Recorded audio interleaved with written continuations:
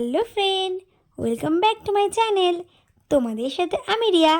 আজকে আমি তোমাদের সঙ্গে শেয়ার করব একটা বিয়েবাড়ির ব্লগ ভিডিও। আমার একটা দিদির বিয়ে ছিল, তো সেখানে গিয়েছিলাম নেমন্তন্ন খেতে। আর আমি তো সব জায়গাতে সবসময় লেট করেই যাই।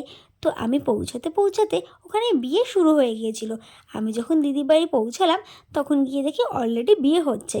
তো আমি তখন বিয়ের ভিডিওটা একটু করে নিলাম। আমি তো তোমাদের সাথে সব কিছুই শেয়ার করি, তার জন্য ভাবলাম এই বিয়েবাড়ির একটা ভ্লগ ভিডিও তোমাদের সঙ্গে শেয়ার করা যাক। বিয়েবাড়ির নেমন্তন্ন করলে একটা সাজগোজের আলাদা রকমের ব্যাপার থাকে, আর সেজে গুজে তৈরি হয়ে যেতে যেতে অনেকটাই লেট হয়ে যায়। তবে যারা তাড়াতাড়ি যাওয়ার তারা ঠিকই তাড়াতাড়ি চলে যায়, কিন্তু আমি যেহেতু খুব লেটু, তার জন্য আমার ভীষণই দেরি হয়ে যায়। আমি যেখানে যাই না কেন সেখানে আমি ঠিক লেট করে যাবই যাব। এটা ছিল সন্ধ্যের লগ্নে। তো আমি ভেবেছিলাম একটু তাড়াতাড়ি যাব, কিন্তু সে আর তাড়াতাড়ি যাওয়া হলো কই। সে আমার যেতে যেতে অনেকটাই রাত হয়ে গিয়েছিল। অবশ্য বড় অনেকটা দেরি করে এসেছিল, লগ্ন পেরিয়ে যাওয়ার কিছুক্ষণ আগে এসেছিল, যার জন্য বিয়েটা আমি দেখতে পেরেছি। তাও পুরো বিয়ে আমি দেখতে পারিনি, বিয়ে কিছুটা মতো দেখতে পেরেছি। যতটুকুনি বিয়ে দেখতে পেরেছি ততটুকুই ভিডিও করে তোমাদের সঙ্গে শেয়ার করার চেষ্টা করেছি। এরপর মোটামুটি ভিডিওটা কমপ্লিট করে আমি চলে গেলাম ফুচকার স্টলে।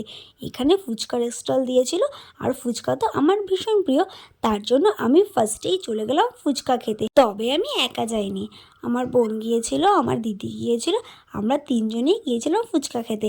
তো ফুচকার স্টলটা মোটামুটি ফাঁকাই ছিল। আসলে আমার তো যেতে যেতে একটু রাত হয়ে গিয়েছিল, যারা আগে আগে গেছে তারা অবশ্য ফুচকাটা আগেই খেয়ে নিয়েছে।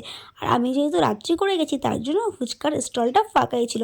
আর যে দাদাটা ফুচকার স্টলে ছিল ওই দাদাটা আমার চেনা জানা ছিল, তো তার জন্য খুব একটা অসুবিধা হয়নি। দাদাকে আমি বললাম যে ভালো করে সুন্দর করে চাল দিয়ে আলুটা মাখাতে, তারপরে আমাকে দিতে। আর দাদা যেহেতু আমার পরিচিত লোক, তার জন্য খুব একটা অসুবিধা হয়নি। আমি যেমন যেমনভাবে বলেছিলাম আমাকে ঠিক তেমন তেমনভাবেই ফুচকাটা মাখিয়ে দিয়েছিল। তো দাদার ফুচকাটা সবসময়ের জন্যই ভালো হয়। দাদার যখন স্টেশনে দোকান নিয়ে যায় তখন স্টেশন থেকেও আমি ফুচকা খাই, যার কারণে আমি জানি যে দাদার ফুচকাগুলো ঠিক কেমন হয়। দাদার ফুচকাগুলো খুবই ভালো হয়। তো আমি প্রথমে জল দিয়ে ফুচকা খেয়েছিলাম, তারপরে আমি জল ছাড়া শুকনো নিয়ে নিয়েছি। কেন বলো তো, আমার না ঠান্ডা গরমে খুব গলা ব্যথা হয়ে যায়। তো তার জন্য আমি ভাবলাম জল দিয়ে তো খেয়েছি, এবার তাহলে শুকনো খাওয়া যাক। আর শুকনো খেতে আমার ভালোই লাগে। এরপরে ফুচকা খেয়ে আমি চলে গেলাম মেইন কোর্সে। ওখানে গিয়ে দেখি মোটামুটি একটা ব্যাচ বসে পড়েছে। তো একটা সাইডের চেয়ার টেবিল ফাঁকাই ছিল, তো আমরা ভাবলাম এই টেবিলটাতে আমরা বসে পড়বো। তো কি কি মেনু হয়েছে তোমাদের সঙ্গে একটু শেয়ার করে নেওয়া যাক। তোমরা মেনু কার্ডটা দেখলেই বুঝতে পারবে যে এখানে কি কি আইটেম হয়েছে। আমি তো তোমাদের সামনে সব কিছুই তুলে ধরার চেষ্টা করি, তো মেনু কার্ডটাও তুলে ধরেছি। আমি যখনই কোনো বিয়েবাড়িতে যাই আমার খেতে খেতে পুরো লাস্ট ব্যাচ হয়ে যায়, কেননা আমি যাই লেট করে, তারপর আমি ভিডিও করি, ফটো তুলি। আর আমি যে কত ফটো তুলি তোমাদের কী বলবো। আমি প্রায় 101টা ফটো তুলবো, তার ভেতর থেকে দুটো ফটো রেখে দেবো, আরগুলো আবার ডিলিট করে দেবো। আসলে কি বলো তো, আমি না ফটো তুলতে ভীষণই ভালোবাসি, আর তাছাড়া ভিডিও করতেও খুব ভালোবাসি, যার জন্য আমি ভিডিও করে তোমাদের সঙ্গে শেয়ার করি। আর আমি যখন ফটো তুলি তখন একটা ফটো তুললে আমার মন ভরে না, আমি তখন যে কত ফটো তুলি তোমাদের কি বলবো। আর তার সাথে আমার বোনও আমার মতো ভীষণ ফটো তুলতে ভালোবাসে। আমি যদি 101টা ফটো তুলি তাহলেও 201টা তুলবে।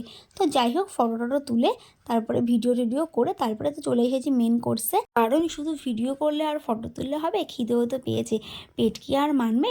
পেট তো আর মানবে না, তার তার জন্য চলে আসলাম মেন কোর্সে খাওয়ার জন্য।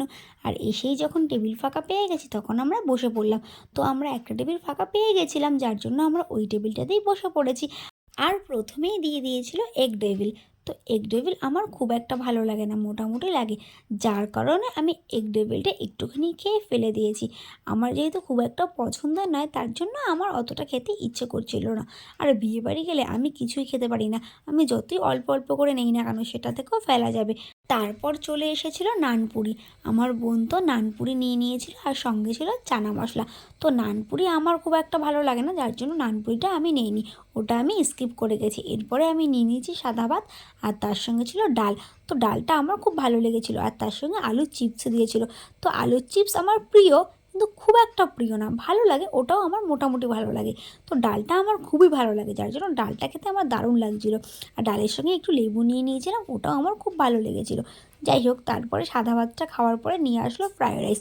তো যেহেতু সাদা ভাতটা আমাকে একটু বেশি পরিমাণে দিয়ে দিয়েছিল ক্যাটারারের দাদারা, তার জন্য সাদা ভাতটা সাইড থেকে তুলে আমি একটু ফেলে দিলাম। যেহেতু আমি রাইস নিয়েছি, এতটা খাওয়া যাবে না। আর তাছাড়া অনেক রাত হয়ে গিয়েছিলো আমাদের খেতে খেতে, প্রায় 1টার কাছাকাছি। অত রাতে এত খাবার কি করে খাবো বলো, যার জন্য অল্প অল্প করেই নিচ্ছিলাম। আর যতই অল্প করে নেই না কেন, সেইটুকুনিও খেতে পারছিলাম না। তো রান্নাগুলো মোটামুটি ভালোই হয়েছিল, আমার তো ভালোই লাগছিল। ফ্রায়েড রাইসের সঙ্গে ছিল চিকেন কষা, তো চিকেন কষাটাও ভালো হয়েছিল। তবে আমি এটাও অল্প করেই নিয়েছি, কেন বলো তো, আমার না মুরগির মাংস অতটা পছন্দ নয়, আমার খাসির মাংসটা খুব ভালো লাগে। তার জন্য এটাও আমি অল্প করে নিয়েছি, বেশি নিলেই নষ্ট হবে। আর যে কোনো জিনিস নষ্ট করার থেকে পরিমাণে কম নেওয়াটাই উচিত। তার জন্য আমি সব কিছু একটু কম কম করেই নিয়েছি। তাছাড়া ক্যাটারিংয়ের দাদাগুলো একটু তাড়াতাড়ি খাবারগুলো সার্ভ করছিল, আর আমার খেতে তো টাইম লাগে, যার জন্য আমি আমার প্লেটের খাবার শেষ করার আগে ওরা আর একটা আইটেম নিয়ে চলে আসছিল, যার জন্য আমার প্লেটটা আমি ঠিকমতো পরিষ্কার করতেই পারিনি। এরপরে নিয়ে এসেছিলো চাটনি পাঁপড়। চাটনি পাঁপড়টা আমার ভালো লেগেছিলো, তার জন্য ওটা আমি আগেভাগেই খেয়ে নিলাম। তারপর নিয়ে এসেছিলো রসগোল্লা। তো রসগোল্লা আমার খুব একটা ভালো লাগে না, তারপরেও আমাকে দুটো জোর করে দিয়ে গেছিলো দাদাগুলো, আমি বলেছিলাম একটা দিতে। আর তোমরা তো আমার পাতে 3টে রসগোল্লা দেখতে পাচ্ছ, আমার হাতে একটা আর আমার প্লেটে দুটো। তোমরা এটাই তো ভাবছো যে আমি দুটো রসগোল্লা নিয়েছি, তো কি করে 3টে রসগোল্লা আমার প্লেটে আসলো। এটা হচ্ছে আমার বোনের কাজ। আমার বোন রসগোল্লা নিয়েছিল, কিন্তু সেটা খায়নি, ও সেটা আমার প্লেটে দিয়ে দিয়েছিল। তার জন্য আমার প্লেটে 3টে রসগোল্লা তোমরা দেখতে পাচ্ছ।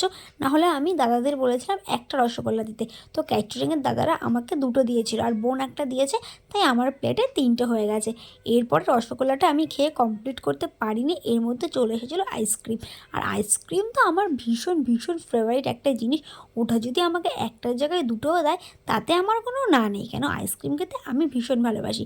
আর শুধু আমি ভালোবাসি না, আইসক্রিম খেতে কে না ভালোবাসে বলো, আমার বোনও তো আইসক্রিম খেতে ভীষণ ভীষণ ভালোবাসে। তো তারপরে আইসক্রিমটা হাতে নিয়ে আমি গরম জলটা নিয়ে নিয়েছি একদম আমার প্লেটে। এবার হাতটা আস্তে করে ধুয়ে নেব। তবে জলটা এতটা ফেনা ছিল, তোমাদের কি বলবো, আমার হাত দিয়ে তো ফেনাগুলো সরছিলই না। আমি তখন বোতলের জল নিয়ে হাতটা ভালো করে ধুয়ে নিয়েছিলাম। আমরা এতটা লাস্টেই খেতে বসেছি, একদম শেষ ব্যাচ। আমাদের সাথে কনেও খেতে বসেছিল, তাহলে বুঝতেই পারছো যে কনের সাথে আমরা খেতে বসেছি, তাহলে আমরা কতটা লাস্টে খেতে বসেছি। যাই হোক, আমি তো আমার এই বিয়েবাড়ির পুরো ব্লগ ভিডিওটা তোমাদের সঙ্গে তুলে ধরেছি। তো তোমাদের ভিডিওটা কেমন লাগলো কমেন্টে আমাকে নিশ্চয়ই জানিও। টাটা, বাই বাই, তোমাদের সঙ্গে দেখা হবে নেক্সট ভিডিওতে।